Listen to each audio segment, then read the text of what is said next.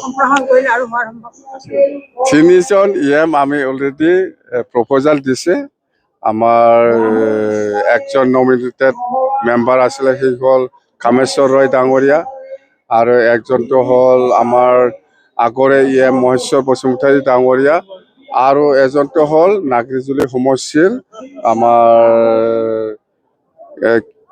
নাগৰিজুলি সমষ্টিৰ বিজেপিৰ MCLA, তাক EM দিয়াৰ কথা আমি অলৰেডি প্ৰপ'জাল দিছে। এইটো নিশ্চয় অতি সোনকালে আহিব। আৰু CSP মেম্বাৰ হিচাপেও আমি নতুনকৈ আৰু 11জন প্ৰপ'জাল দিছে। চব জাতিকে দিছে, মই না হিন্দীভাষী, না অসমীয়া, না চৰণীয়া, মুঠতে আমি অলৰেডি প্ৰপ'জাল দিছে। সেইটো অতি সোনকালে নিশ্চয় এপ্ৰুভেল আহিব। অসমীয়া হিচাপে আমি ওদালগুৰিৰ পৰা বাছি লৈছোঁ, বেংগলী আৰু গোৰ্খা, ৰাজবংশী এইবিলাক দিয়া হোৱা নাছিল, মুঠতে আছে। 11জনকৈ নতুন CSP মেম্বাৰ আমি অলৰেডি প্ৰপ'জাল দিছে। এইটো অতি সোনকালে 2-1 দিনৰ ভিতৰত নিশ্চয় এপ্ৰুভেল দিব। আৰু 3জন EM নতুন আমি এপ্ৰুভেল কাৰণে পঠাই দিছে। অলৰেডি হৈছে বোধহয়, অহাকালি পৰহিৰ ভিতৰত নিশ্চয় আহি যাব।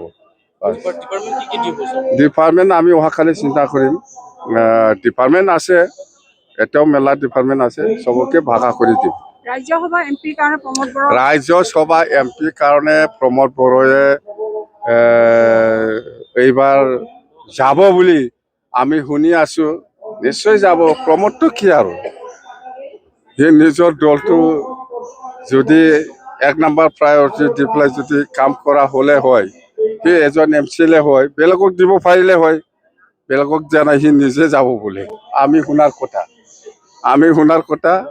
UPPL হিচাপে বেলেগ একজন আৰু ৰাজ্যসভা MP দিব লাগিছিল। প্ৰমোদ বড়ো নিজে যাবলৈ, কাকো নিদিব বুলি, মই নিজে যাম বুলি কৈ লৈছে বুলি আমি শুনি আছো। আমাৰতো 3জন MLA, ভোট দিয়া নিদিয়া একে, নাদিলেও এনেই জিকি যাব, দিলেও একে কথাই কি। প্ৰমোদ বড়োৱে আমি যদি ভোট দিয়ে, প্ৰমোদ বড়োৱে আমাৰ অলপ